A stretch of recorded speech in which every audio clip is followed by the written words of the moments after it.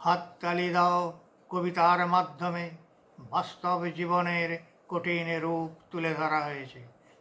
যেখানে যাই ঘটুক, যেভাবেই ঘটুক, কিছুই বলা যাবে না।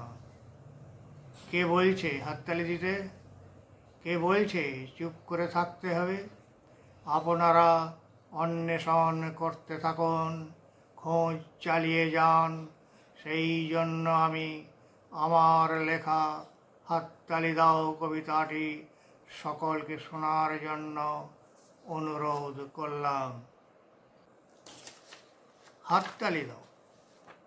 হঠাৎ দেখি উঠল কথা সবার মাঝখানে, যার কথা তার বাজল বুকে, সেই বুঝল মানে। চোখটি খুলে দেখল যাহা হাতের নাগাল পায়, সব কিছু সে নিচ্ছে খেয়ে, বাদ কিছু না যায়।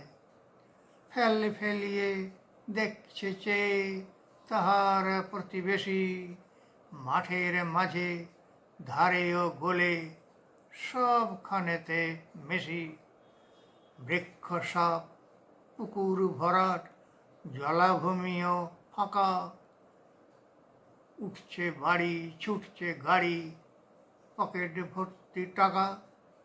হাত মুঠিয়ে চোখ পাকিয়ে দাবিয়ে সব রাখে, সত্য মিথ্যে মিশেল দিয়ে শাক দিয়ে মাছ ঢাকে। হাতের মুঠোয় সমস্ত কিছু, করার কিছু নাই।